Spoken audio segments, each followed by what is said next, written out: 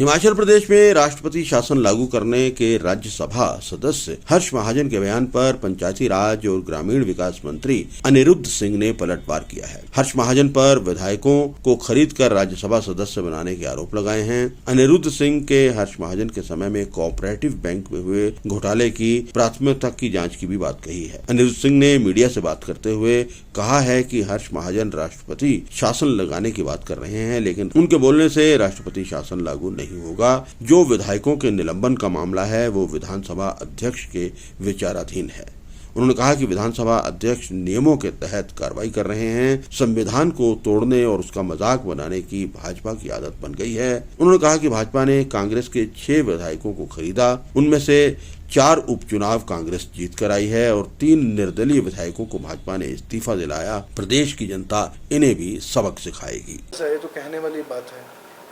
उनको बड़ी जल्दी जो है कानून या संविधान की याद जो है, मैं समझता हूँ सेंटर से लेकर स्टेट के जो बीजेपी के नेता हैं उनको संविधान की आज ही याद आ गई है, जब उनकी पूरी सीट ही नहीं आई, जब लोगों ने उनको नकारा है। और अभी आपने देखा है कि अभी जो बाई इलेक्शन हुई उसमें भी 4 सीटें जो है कांग्रेस की झोली में आई हैं।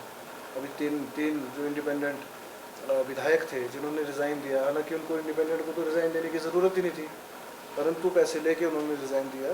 सरकार को गिराने का षड्यंत्र जो बीजेपी रच रही है उसमें वो कामयाब नहीं रहेंगे। रही काला दिवस मनाने की बात, उनका अपना ध्येय वो रोज़ ही काला दिवस मनाए अपने घर के अंदर। हमारा क्या फर्क पड़ रहा है उसमें? सरकार हमारी है, कांग्रेस की सरकार है, 5 साल आराम से चलेगी। अगले इलेक्शन में देखेंगे क्या होगा क्या नहीं होगा, वो जनता का मत है। और वो चाहे तो रोज़ काला दिवस जो है अपने घर में बैठ के मनाते रहें। हालांकि मैं तो ये सलाह दूंगा अपने घर की लाइटें भी बंद रखें। देखिए ऐसा है, वो अभी विपक्ष में है और उनको विपक्ष जो है वो पच नहीं रहा है, क्योंकि सत्ता में इतना चूर थे, वो भी अभी तक नशा उनका जयराम जी का उतरा नहीं है। मैं समझता हूँ कि जो भी कानून व्यवस्था से खिलवाड़ करेगा, चाहे वो कोई भी हो, चाहे वो MLAs के बच्चे हों, चाहे वो मिनिस्टर्स के हों, चाहे वो मुख्यमंत्री के हों या पूर्व मुख्यमंत्री के, जो भी गलत काम करेगा कानून के दायरे से बाहर जाएगा, उस पर कानूनी कार्रवाई जो है सख्त से सख्त करी जाएगी। एक आखिरी सवाल, आज नेशनल हाईवे अथॉरिटी जो एक काम कर रही है, क्योंकि मैं समझता हूँ गावर एंड कंपनी जिसको केतली घाट ढली जिसको बोलते हैं, केतली घाट से ढली जो रोड बन रहा है, उसमें गावर एंड कंपनी को एक सकराला से लेकर ढली तक का काम दिया हुआ है। उनकी अनियमितताएँ जो है वो बहुत ज़्यादा बढ़ गई। बिना परमिशन के वो काम कर रहे हैं। उनको अभी तक 2nd स्टेज की परमिशन नहीं आई है। उन्होंने फॉरेस्ट के जो DRs कटी हैं वो भी सैपलिंग्स के 37 लाख रुपए वो भी अभी तक उन्होंने जमा नहीं कराए हैं। मैं समझता हूँ और प्रोटेक्शन मेजर्स जो लेने चाहिए, चाहे वो डंपिंग साइट में क्रेट वॉल है, वो उनकी ड्राइंग्स के हिसाब से नहीं है। सारी डंपिंग जो है वो फॉरेस्ट में करी जा रही है। पिछले 4-5 दिन पहले जो आधे घंटे की बारिश आई थी, उन्होंने 3 जो है बड़े डंगे लगाए थे।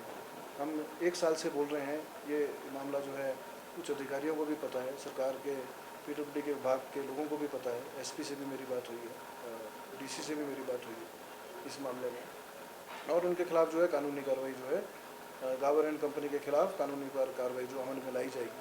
क्योंकि उनको हम पहले ही बोल रहे हैं कि जो आप मिट्टी जो डंप कर रहे हैं वो साइंटिफिक वे से नहीं कर रहे। आप जाके देखेंगे लोगों के खेतों में मिट्टी घुस गई है, लोगों के घरों के अंदर मिट्टी घुस गई है। आधे घंटे की बारिश से तीनों के 3 जो बड़े ग्रेट वॉल उन्होंने डंगे लगाए थे वो सब के सब ढह गए हैं। और ये आने वाले समय में एक बहुत त्रासदी का रूप जो है वो ले सकते हैं। इसके लिए लोग जो है कोर्ट की तैयारी भी कर रहे हैं, मैं समझता हूँ। और ये एक बात बड़ी ध्यान में लाने वाली बात है कि इन्होंने तो DRA तो पहले कटी है, इनको डेट ऑफ जो अवार्ड लेटर है जो NHAI देता है वो उन्होंने बाद में दिया है, और इनकी DRs जो है पहले कटी है। तो ये इन्हें बताया जो है वो NHAI के अधिकारियों ने भी करी है, उनके ऊपर भी जो है कार्रवाई जो है अमल में जो है, और मैं खुद इंश्योर करूँगा व्यक्तिगत रूप से कि इसमें जो भी अधिकारी सम्मिलित होंगे उनके साथ साँठगांठ करके वो सभी जो है उनके ऊपर सख्त कार्रवाई की जाएगी। मैं आपसे चाहता हूँ कि जनता का काम है, हमेशा पिसता जो है गरीब आदमी पिसता है। आप साइट पे जाइए, ढली तक जाइए और वहाँ लोगों से भी बात करिए, और आप देखिए मिट्टी कहाँ तक उन्होंने डंप करी है। वो सीधे ही जो है कोई उनको डंपिंग का फार्मूला नहीं है, हालांकि साइट्स हैं उसमें कोई प्रोटेक्शन वॉल्स नहीं लगाई गई हैं। डायरेक्ट जो है वो जंगलों में डंपिंग कर रहे हैं, उससे पानी के सोर्स जो हैं वो ख़त्म हो रहे हैं, पुराने रास्ते जो हैं वो ख़त्म हो रहे हैं और जो है लोगों के घरों को जो है नुकसान बहुत बड़े पैमाने पे जो है यहाँ एक त्रासदी मैं समझता हूँ उसका अंदेशा है। एक आखिरी घोटाले जो हैं हर्ष महाजन जी के समय में हुए हैं उसकी जांच जो है वो सरकार प्राथमिकता से करेगी और जो दोषी होगा उनको सजा देगी। एक और सवाल है आपके दबाव में क्या आपके अधिकारी क्या दबाव में काम नहीं करते हैं? क्या आप लोगों ने जो है डेमोक्रेसी का मजाक नहीं बनाया है? क्या आपने वोट नहीं खरीदे हैं? क्या चंडीगढ़ में जो डेमोक्रेसी का मजाक बनाया क्या वो दबाव में नहीं था? इस ये भी मैं जवाब मांगना चाहूँगा। और रही स्पीकर साहब की, उन्होंने जो भी किया है संविधान और कानून के तहत ही कार्रवाई करी है, जो ये पचा नहीं पा रहे हैं। जयराम जी ने विधानसभा के अंदर खड़े होकर बोला था कि सरकार को भगवान भी नहीं बचा सकता है। ये तो भगवान को भी ललकार रहे हैं, मैं समझता हूँ उनको भी एक चुनौती दे रहे हैं और उनका ईगो जो है वो इतना बड़ा हो गया है कि उनको कोई इंसान जो है इंसान की तरह लगता ही नहीं है।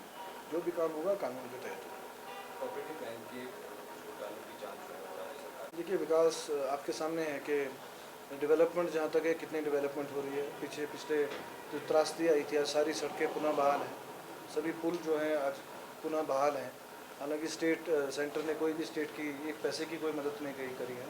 पिछले कल भी स्टेट प्लानिंग कमीशन की एक मीटिंग थी, पिछले कल जो है उसकी मीटिंग भी थी।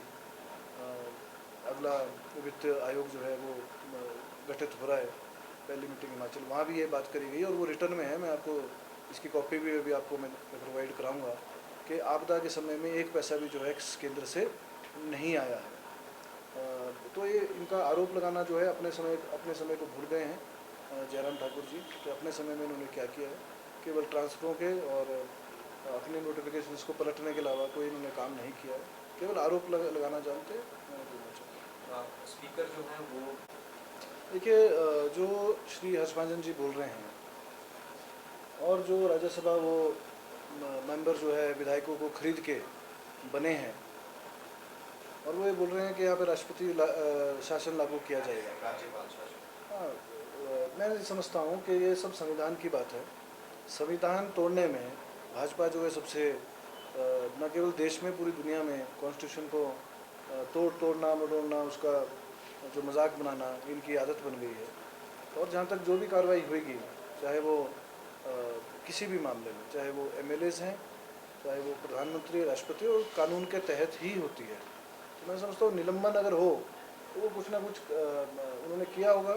और रही गवर्नर शासन लगाने की या राष्ट्रपति शासन प्रेसिडेंट रूल लगाने की स्टेट के अंदर, तो मैं नहीं समझता हूँ वो कैसे लगने वाला है। उसके लिए कोर्ट के दरवाजे हैं, सुप्रीम कोर्ट है, उनके बोलने से ये काम नहीं होने वाला है।